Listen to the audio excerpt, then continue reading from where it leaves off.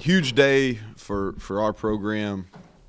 Um, in our plan, and I've hit this before, but I'll hit it again. Is our plan is to build our roster through high level high school student athletes, develop them, and then retain them. And for most of these signees, this is a 2+ year process, and it truly takes a village. And I'm gonna do some name recognition here in a second. But I think myself and our 10 assistant coaches get a lot of credit, and the assistant, I don't know about myself, but our assistant coaches should. But it's really the people behind the scenes in recruiting now that truly make this happen. And it starts with Drew Fabianich. I butcher his name all the time, so you have to forgive me on that. But Drew, as the general manager, does a great job just leading this whole department. And then Trey Nyer, who's our director of recruiting, he's really the guy that makes this go. And he's got a great team. Ken Signoretti, Tyler Haywood, Ian Scafidi, Morgan Montgomery, Cam Hall. Those guys work tirelessly behind the scenes with starting the evaluation process and then the communication, the early communication. And then on campus has grown so much. And I'll take you through our evaluation process here in a second. But, on campus starts with Taylor West, who really, if you think about this, some people that are married in here, she basically, every time we host a recruit or a recruiting function, it's basically like putting on a wedding reception, if that makes it. So it's there's a lot going on, and she does a great job. And Lori Rice, my administrative assistant, she helps, and a lot of times just greeting with a smile is huge. And so then there's, you talk about the investment program wide into bringing in personnel, and it's vital we get the right people. And a lot of times, anytime we bring a person on campus, whether it's unofficial or official, there's a whole army of people that have to be here, and some of those aren't necessarily compensated like some of the assistant coaches are. And you think about it, creative. The production stuff has become so big now, and if you're not producing at a high level, then you're not getting quality student athletes. And so our creative people, Andrew Malowitz, Jake Karen, Ty Hunley, Ross Mara, and then Joe Mitchin running our socials, and then obviously Miney. Huge piece of what we're doing now, and it continues to grow, and their role only continues, whether it's photo shoots, how we're branding the program. It's so important. And then our support areas, strength conditioning, Mike and his crew, Vince and his crew in athletic training, academics, Brittany and Zach Seeger, they spend endless time, not only in person, but on Zooms. So much is done. The initial piece of this is done via Zoom now. So a lot of evenings. Our fifth quarter people, Rashid and Zach, and then compliance. They spend a lot of time, and they regulate what we're doing as they should. And every time we have people here, they've got to be here. And then campus partners, admissions. We use a lot of the hosts that do the campus tours, and then our athletic administration. Obviously play a vital role, and Ren gets in front of as many of our guys as he can.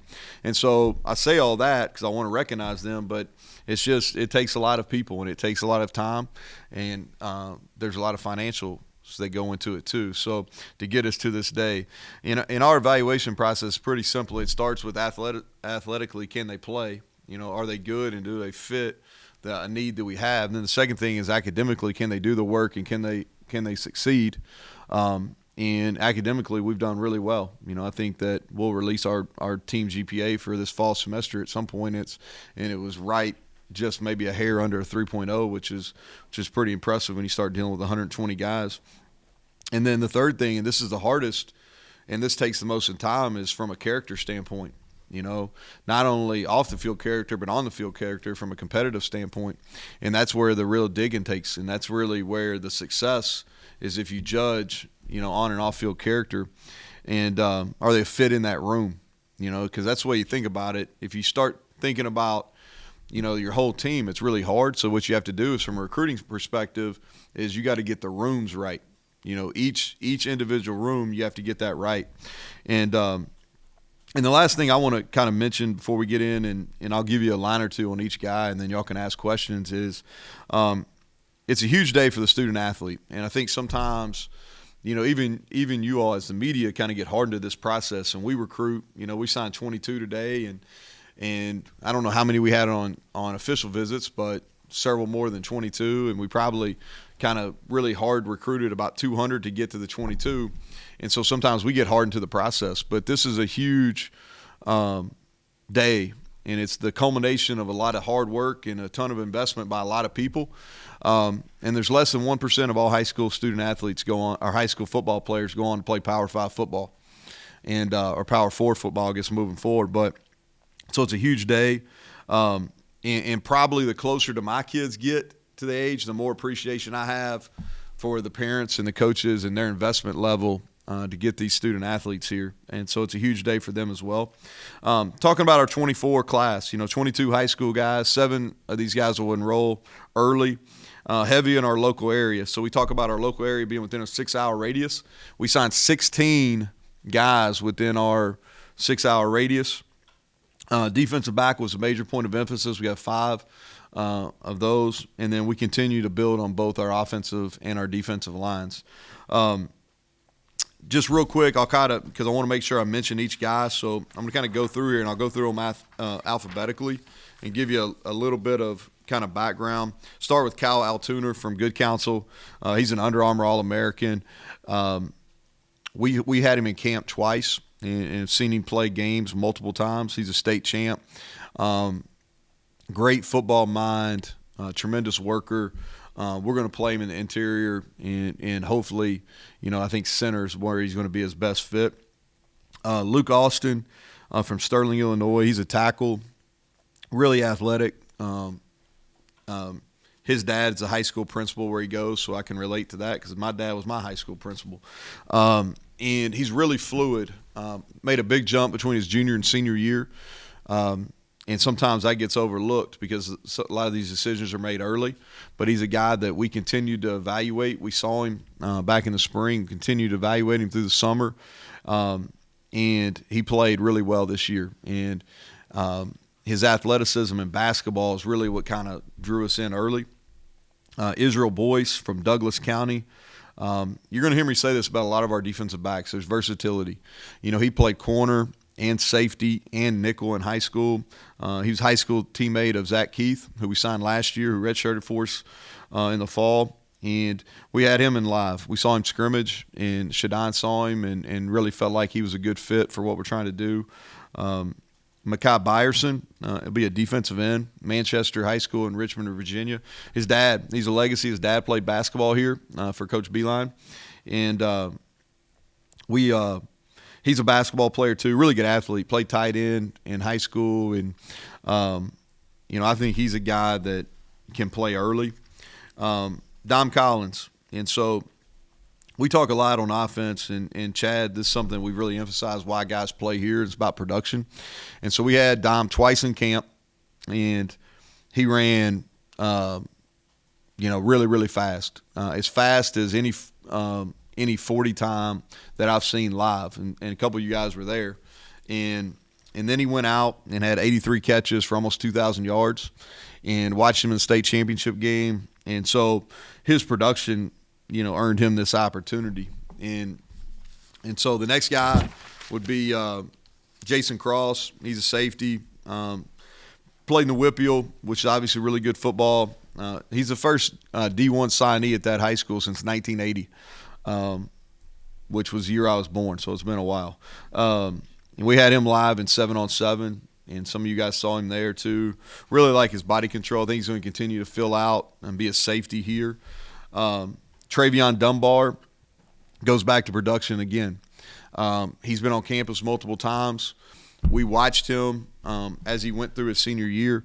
And think about this. He ran for over 3,000 yards as a senior. That's – and good football too in South Carolina. the big one today was Day Farmer. And Day, I think Chad was one of his first offers, if not his first offer. And a lot of credit to Chad and Bilal because they just kept on. And he from Melbourne, and he's been really productive. He's a great kickoff returner. He'll play early. He's got to gain weight, but he'll play early for us. Nate Gabriel from Auburndale, same high school, is Aubrey Burks, and state heavyweight wrestling champion, in the state of Florida. And I think it's well documented. We've had good success with wrestlers here. So excited about him. Chris Henry's, I think, really the sleeper of our class. A versatile guy, played multiple positions. His high school coach has a lot of ties to the state of West Virginia, and he's actually playing an all-star game today. And we saw him live and saw him play basketball too, and just a guy that he could play corner or safety. We'll start him at corner and see, but I think he's kind of the sleeper. Dior Hubbard from Gahanna Lincoln, finals for Mr. Ohio. If you look at his production in a really competitive league over there in Columbus, we've seen him live twice, and as a junior and as a senior. And he not only runs the ball, but he catches it really well. And he's a guy that I think, in that room that Chad's building, he'll be another guy that's going to be ready to play. We've had success playing guys early in there. Zay Jennings, really excited about him. Saw him as an option quarterback at Colerain. And early on in the process, they were doing box jumps in an off-season workout, and he jumped. I watched him jump, and I was like, man, this is going to be bad. He's going to gash his knee pretty good here. Sure enough, he jumps on top of it. And I'm like, whoa, okay. And end up transferring to Winton Woods, played safety. That's what he'll play for us. And he'll be here in January. I think he's going to be a guy that'll be a contributor for us early. Curtis Jones Jr. from Cabell Midland. I think he might be the best football player overall in the state as a high school senior. I thought he was really good. Played running back there. We project him to be a linebacker. We had him in camp. He ran really well. I think he's got a huge upside. And Elijah Kinsler won a state championship at Bergen Catholic. That's one of the top high school programs in the country. AJ did a great job staying on him. And great family, a lot of energy. We saw him live as well multiple times, but he played extremely well as a senior. He's an early enrollee too. Obina Onwuka, he'll be an edge guy for us. He's got speed and power. He played at Flowers High School, really good high school in Maryland. I think he's got huge upside, and we beat a bunch of people to get him. Brandon Raymond, 3-time state champion at St. Joe's Prep in Philadelphia. Obviously, high school teammates of Josiah Trotter, and he was really good in the return game. When they come from that program, they're ready to go. They know what work looks like. They know what the preparation looks like. Keyshawn Robinson, we had him in camp twice. I don't know, a lot of you guys followed this, but I haven't recruited very many guys that won the 100, the 200, and the 400. That's the thing that's impressive to me. You see the 1-2 combo, but you don't see the 1-2-4. And he's at Jefferson High School, and he's an athlete. He can play either side. I've been really impressed. The kid's a hard worker, and he's going to be a really good player. Jack Samarco is a guy that played his best football as a senior, transferred to Anderson High School in Cincinnati. And he's a guy that's big. He's got the size right now. He had a really good receiving year for them. And he'll be here early as well. And Justin Terry is just a huge human being. He's got great feet. He's got length. It's going to be a developmental process for him. But I think very similar to Johnny Williams, who we feel really good about being a factor for us next year. Keon Washington came to camp this summer and ran well and played corner and showed the ability to play man coverage. He was at a camp where we had some really talented wideouts, and he did a really good job. Did a little bit of everything at St. Charles High School. Played receiver, DB, kick return, punt return. Good athlete. He's versatile. Again, we'll start him at corner, but he could play all three positions in the secondary. And then Khalil Wilkins, you guys that came, we had him in camp, and then we had him 7-on-7. And the day we had him in 7-on-7, he really put on a show. Made all kinds of big time throws, and I sit right there on the golf cart behind him. And that's kind of like, and you golfers, that's kind of like sitting on the first tee, right? And you got the head coach sitting right behind you, and he threw dime after dime. And he's going to be here in a couple weeks, and it's going to be a developmental process for him. But he can run. He's legit fast. And when Mike Joseph gets a hold of him, I think he'll add good weight and only get faster. And he's got all kinds of arm talent, and so I'm excited to work with him. And then our last guy, but certainly not our least, Ricky Williams from Archbishop Hoban, and just a winner. That's a program that's won. He played receiver as a sophomore, and his body changed, and he moved to Mike linebacker as a junior and senior. And I think his best football is in front of him, and he was really productive at Hoban. And so just a tough kid and really good addition. And I like what we're doing. You know, I think that we're making some strides at our first and second level defensively. We got to continue, to build at our third level. So I know that was a long monologue, and but there's some people I wanted to recognize, and I wanted to make sure I said everybody that we signed. So with that, questions, Greg. You mentioned defensive back a little bit, but needs going in, do they change much as you go through, the fall, see what you actually have, what you lose, and how'd you fill the needs? We, the needs were kind of what they were. You kind of project the, and so really, if you have some needs that change, you really take care of those through the portal now. And especially if we lose a young guy, then we try to replace him with a young guy in the portal. Most of these guys, we recruited for a really long time. And even like Day, who we got today, we recruited him for 2+ years. He was up here a bunch of different times. And so I really I'm hesitant about getting in on guys late. And just because – so our needs at the start pretty much maintain our needs. If something happens during the fall, then we usually, in this time, we're addressing through the portal. In terms of Day, how, if you can, I guess, how close were you? Because he was originally committed to Pitt and then flipped, and then now has flipped again. How close were you at that point? Was that a disappointment that you almost had to regroup and wonder maybe where you went wrong and then still went after him? What allowed you to be confident to still go after a kid who already had flipped once with a 4-star? Yeah, so I think that each case is unique. And so when a kid makes an initial decision, and let me say this, I'd be for guys, if as soon as you offer them, if they could sign, I'd be good with that. All right. And so you kind of get, I think each situation is different. You kind of get a feel for, how solid they are, right? And there's some guys that when they make a commitment, they don't have communication, and you try, and then, okay, you get a feel for that's what it is. Or you say, hey, listen, we're still interested. We're not going to communicate as often, but if you reach back out to us, and there's some guys that you just get a feel that this is the best place for them, and you're going to pursue them to the very end. And that's what it was with Day. Felt like that that Chad, Bilal, and myself, all three of us had really good connections with him.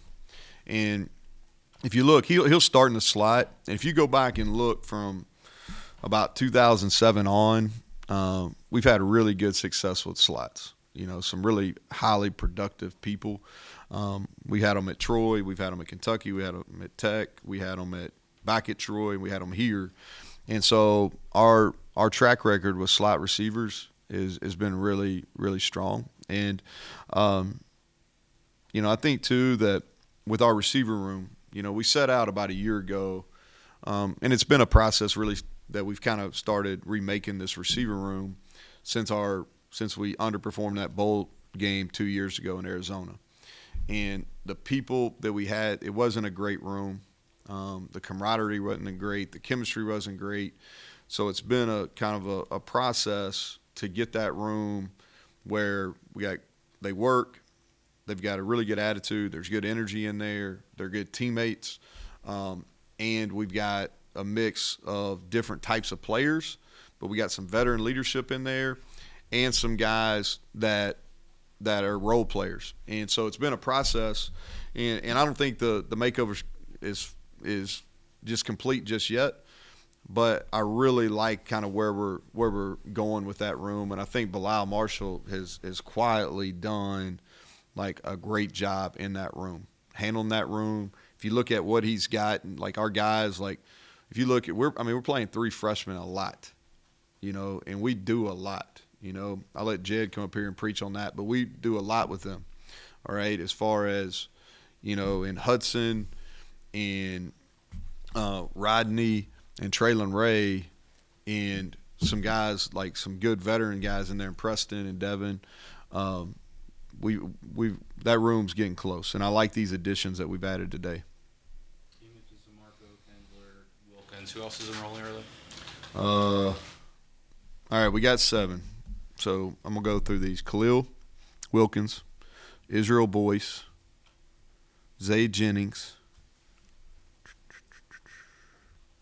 Nate Gabriel, Elijah Kinsler,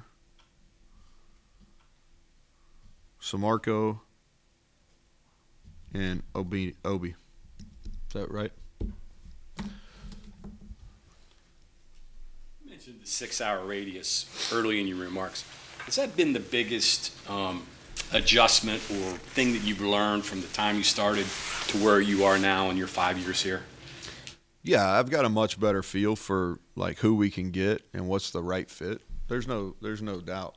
You got to recruit a big area here, and I think that you can get spread too thin if you're not careful. And I think it takes a little while to get the right people in the right areas. And I'm not saying we got it figured out just yet. There's probably some areas we need to continue to work on. But it's been a learning process. Yeah, absolutely. But I think we had the right idea at the beginning. I don't know if our execution was the best. But I think that we're getting closer to what we need to be. This seems like this is a product of what you've learned over 5 years, what we see today. Is that fair? Yeah, absolutely. I think that, I think too, probably over the last, certainly over the last year, we've got, I'm probably more comfortable in knowing who's going to be successful in our program here. And we're not exactly for everybody. And even if that kid's not the highest rated kid, I say no a lot more than I probably used to. And if I don't have a good feel when they're here or when I go to see them in school or in their home, if I don't have a good feel, then we X those guys. Where in the past, and I think that's just part of becoming more comfortable too. But in the past where I would maybe take a chance, I'm less likely to take a chance unless we have a great room. If we have a great room, I don't mind putting a at-risk kid in there because I think we can, the overall quality of the room will take over. But, yeah, for sure. What was Dom Collins' reaction? I think you just recently offered him. Yeah, he's excited. He, and the thing, it's going to be a process for him. He's got great speed. He's improved a lot as a football player over the last calendar year. But there's a lot that he's still got to continue. He's got to add some weight. He's got to add some muscle. I think that from a return standpoint, he may be able to help early. He's got a lot to still learn receiver wise. I think he would echo that. But man, was he really, really productive, and I think that he really wants to be here, and I think that matters. When you took over, did you expect that the state of West Virginia would produce what you've already had coming out of the state, and then now you got 3 more in this class? Did you think that was going to be possible? Well, I didn't know to say that we would have that many starters on offense from West Virginia. I don't know if that was my expectation. I've always felt like this, and I think you and I have had this conversation before. I always felt like if you could have, 20 to 25-year scholarship players were West Virginia products, then that meant that, a little over a quarter of your roster understood what the program meant to the state. And they could really not only set the standard but also communicate how important it is to our state that and who we represent. They could communicate that. And so I always felt like if we could get around that, and we also know that, because of our population, not because of the level of play or not because of the coaching, but just because of our population, we're not going to have as many as some other states.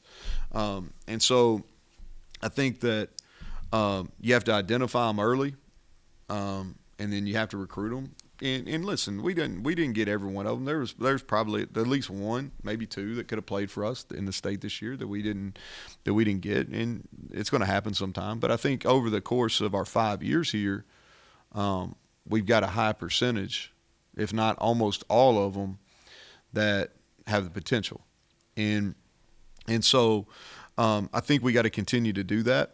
And the walk-on program's been vital to us. That was my other, if there's going to be 2 to 4 scholarship players each year, you need to get almost every one of them. And then you need to do a great job. We need to continue to do a great job with our walk-on program, because several of those guys will turn into scholarship players.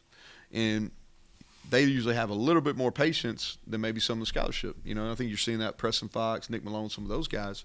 And so that was our vision early on. It's starting to come into fruition. But to say that I thought we'd have seven of the 15 guys or whatever that play a lot on offense or West Virginia guys, probably not. I hope we can maintain that. I think it's good. I think that'd be a high point for the program if we could.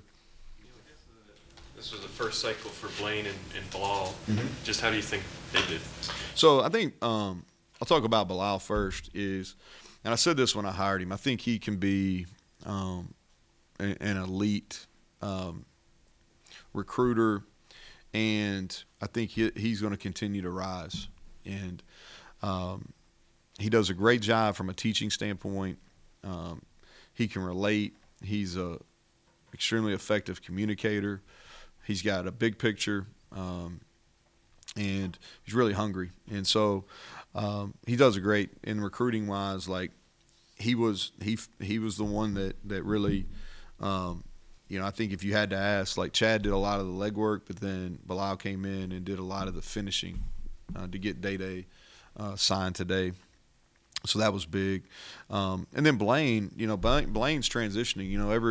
He hadn't spent any time in college, and so this was a huge transition for him in the recruiting, and he's still learning. The thing that he does a great job is when he's in front of the player.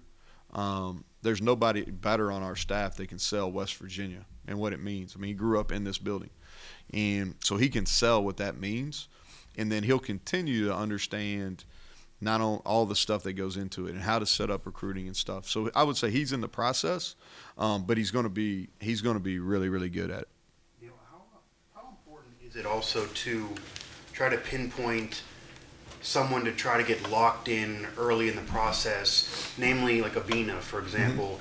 Mm-hmm. He was locked in and vocally like recruiting guys, becoming a WVU fan for almost a year now. Yep. It felt like.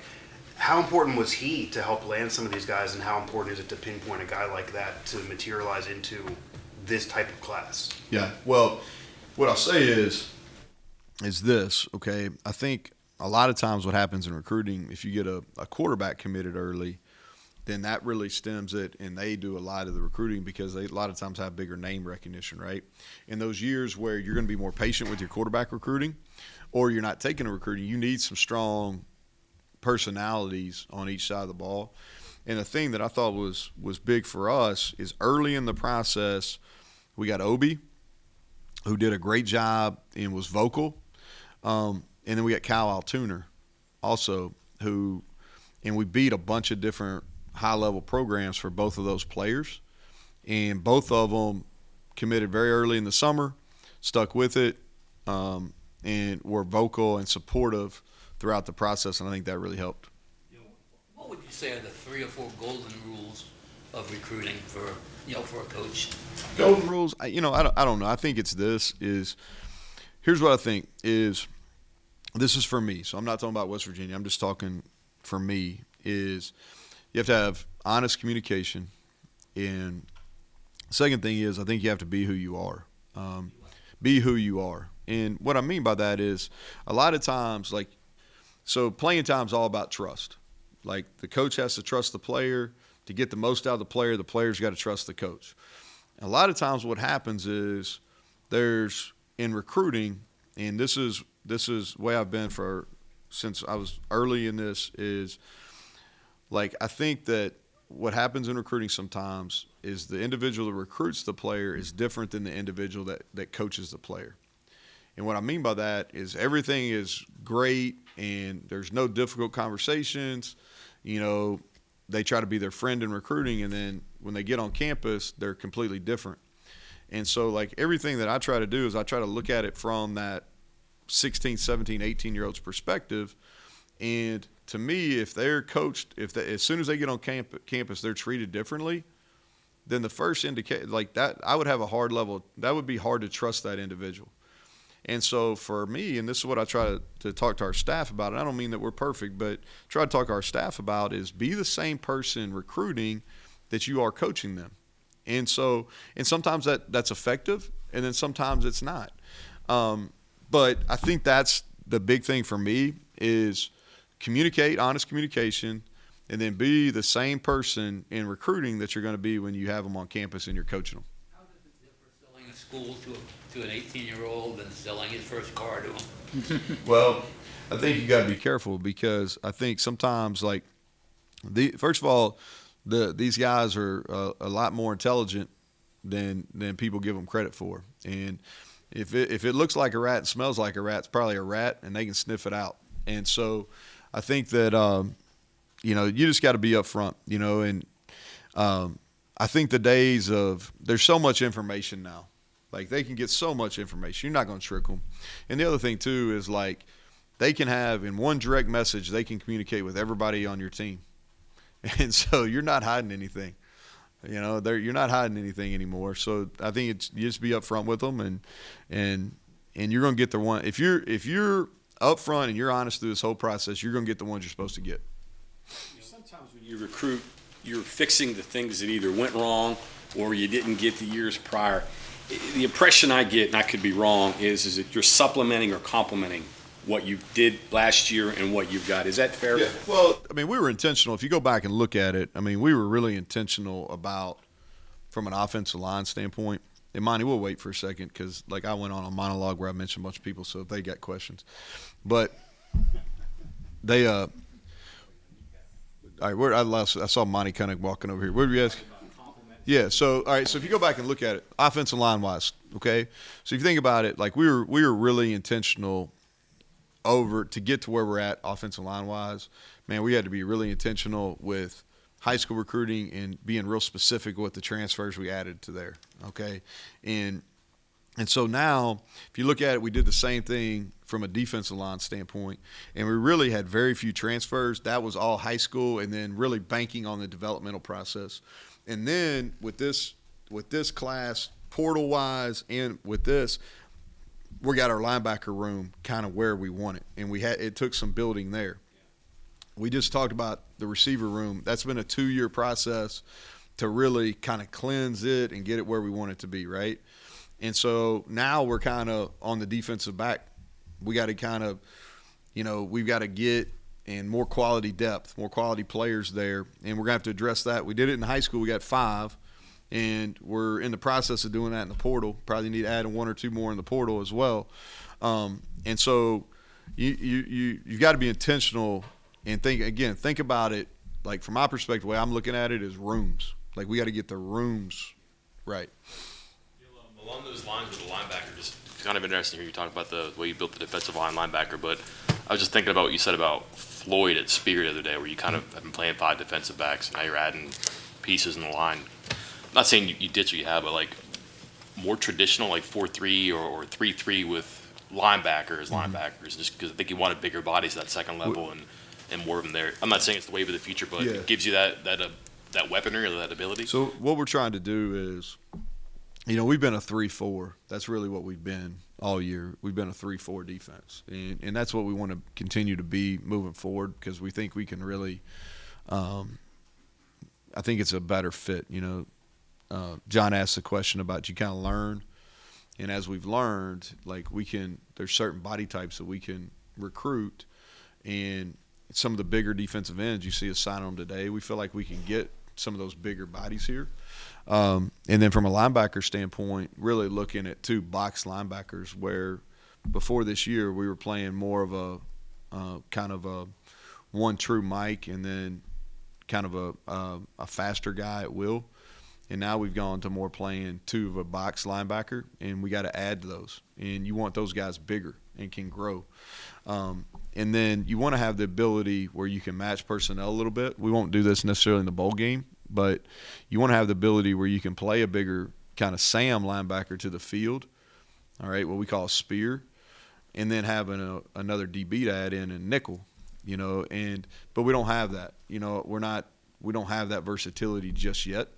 And so we got to continue to do that. With the way recruiting has changed, Neal, is this kind of it for high school kids? Do you kind of turn full focus to transfers, or? So what we're going to do is you're asking about the February signing. Yeah. I'm not saying we won't. There may be an instance where we could, but that's not what I have planned right now. So I think we've got 6 transfers right now.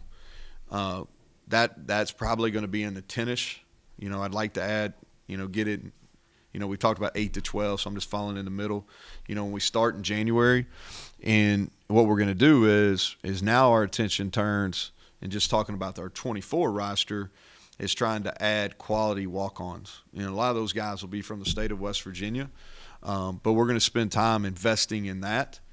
And now with the new calendar in 25, our 25 class, we'll spend the month of January working on that. Obviously, busy time of the year. You got a chance to talk to Jared about taking the Troy job? Yeah. And, so happy for him. Wanted, that's a place that means a lot to me. I talk about Troy sometimes, and that was my first Division I job, first coordinator job, and first head coaching job. So a lot of first at Troy, and then 2 of our kids were born there too. So, I thought the final pool of candidates, I think any of those individuals would have been a really good hire for Troy, and Jared will do a great job, and his family will be a great addition to that community too. Candy and their 4 kids. Comments about the safeties and versatility there. Mm-hmm. Does that fold into Mike's question about what you're trying to do going forward, having more versatility with what you can do with the cat and and those other guys to match better? Yeah, that's exactly right, Kevin. So what we want to do is, if you look, speed and length. That's what we're trying to do. Speed and length, and not necessarily pigeonhole, hey, this guy's got to be a corner, this guy's going to be a nickel, this guy's going to be a safety. Let's get them all. And what we'll do is, now starting in the winter, is they'll kind of go, and we'll move those pieces around a lot in the spring and into fall, in the summer and fall camp, trying to figure out what the best position for them is. We just hadn't had enough. If you go back and look at our snap count of how many snaps that Aubrey's played, how many snaps that Anthony Wilson played, Marcus later in the year, we got to get some more guys that can play. Whether those are transfers or whether those are high school freshmen that are coming in, we got to play more bodies back there. And then the other thing too is we've struggled. We haven't played as well in special teams. Our punt team's been great, but we got to get significantly better on kickoff and punt return and kickoff return. And where we're missing is those mid-type bodies, right? Linebackers, bigger safeties, and those are the ones that show up on kickoff. If you look at ours, our kickoff team has less of those bodies than most people we play against. So we got to be able to in some of this transfer-wise and high school recruiting, the thought process not only on defense but also getting help on special teams. Finally, kind of a long-term back view. 10 years ago, 8 years ago on this day, there were always questions about, hey, is this guy going to qualify? Is he going to earn enough? That doesn't seem to be a problem. Is that your personal philosophy? You're not going to look at guys that are on the edge, or is it just kind of a change? High school kids are more savvy now and know they got to do that. Well, the rules have changed, first of all, Kevin. So you really, if you have any question on if a kid's going to make it or not, you err on not signing them now, because from a numbers standpoint, you're taking a risk. Okay, so and then you see less risk taking because there's so many more available guys because of the portal also. And so there's a couple of our guys that they still got to finish their senior year strong, you know. Not every one of our guys is fully qualified. The other thing is that since COVID now, the test score is not a factor. And so that's where a lot of guys really struggle from an eligibility standpoint, was on that standardized test, and now it's not a factor. So it's not as big a play. But I think that's a multitude of reasons. But I feel really, everybody that we signed today, I feel really confident, not only in their ability, but the support around them to get it done as they head toward graduation. Anybody else? I just wanted to quickly ask Neal, that obviously you can't talk about players that committed elsewhere, but do you already have a list in your mind, and how do you go about moving forward? Because you lose a guy now, you could easily re-recruit him next year, and you mentioned retaining players here. It's a year-long thing. Yeah, I think that how you end it is important. You know, like, I don't take any of this stuff personal anymore. Like, if a kid doesn't come here, like, you know, just I don't take it personal. Now, what I'll say is, so, like, we have a recruiting database, right? So our recruiting database, it used to be after signing day, you would just flush it. Well, now everything stays active because you never know. They may show up in it 2 years ago and be in the 2 years and be in the portal. So you want to keep all your information relevant. All right, I'll say that. But here's how we handle this. So, like, there's no doubt when somebody goes in the portal, the first thing that our personnel, led by Drew, with our personnel department does is, do we have a relationship with that student athlete?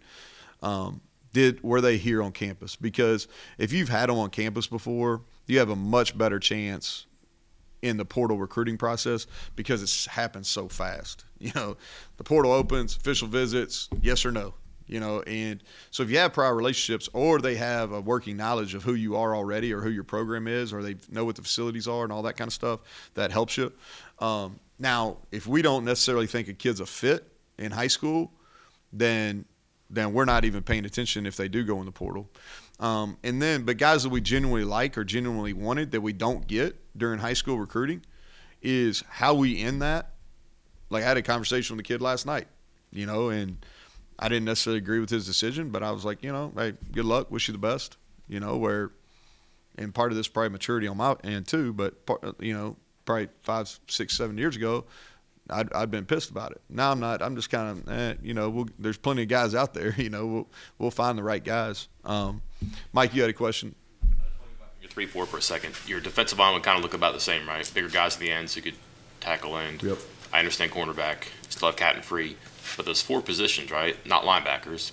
Would you still have a bandit? Would that be different? We still have a bandit. Okay, but that'd be like your. So what we want to do is we kind of want to have some different body types. You know, we want to have some bigger guys. Like, if we're playing some more run-oriented teams, that we can play bigger guys. And we kind of did that. Tyron's a bigger guy. You know, Tyron's 260 plus.